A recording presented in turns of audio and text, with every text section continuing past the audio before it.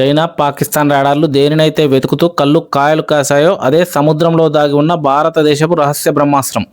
సముద్రపు అగాధాల్లో గస్తీ కాస్తున్న భారతదేశపు ఐఎన్ఎస్ అరిధమన్ సామాన్యమైన సబ్మెరైన్ కాదు. ఇదొక న్యూక్లియర్ పవర్డ్ సబ్మెరైన్. ఇది నెలల తరబడి నీటి బయటకు రాకుండానే లోపలే దాగి ఉండగలదు. ఐఎన్ఎస్ అరిహంత్ తర్వాత వచ్చిన ఈ ఐఎన్ఎస్ అరిధమన్ పరిమాణంలో పెద్దది. రాడార్లకు చిక్కకుండా మరింత నిశ్శబ్దంగా వెళ్ళగలదు. అంతేకాదు 100 రెట్లు ఎక్కువ శక్తివంతమైనది. దీని ప్రధాన బలం ఇందులో అమర్చబడిన K4 న్యూక్లియర్ మిసైల్. వీటి రేంజ్ 3500 కిలోమీటర్ల కన్నా ఎక్కువ. యుద్ధంలో శత్రుదేశం భారత్పై ముందే దాడి చేసే సాహసం చేస్తే ఈ సబ్మెరైన్ సముద్ర మట్టానికి 300 మీటర్ల లోతు నుండి అణుక్షిపణులను ప్రయోగిస్తుంది. అవి బీజింగ్ నుండి ఇస్లామాబాద్ వరకు శత్రువుల స్థావరాలను బూడిద కుప్పగా మార్చేస్తాయి. డిఫెన్స్ భాషలో దీనిని సెకండ్ స్ట్రైక్ క్యాపబిలిటీ అంటారు. ఈ ఐఎన్ఎస్ అరిధమన్ వల్ల హిందూ మహాసముద్రంలో చైనా ఆటలు ఇక సాగవని వారికి అర్థమైపోయింది.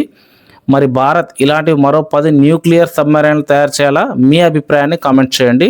ఇలాంటి అమేజింగ్ ఫ్యాక్ట్స్ కోసం ఛానల్ను సబ్స్క్రైబ్ చేయండి.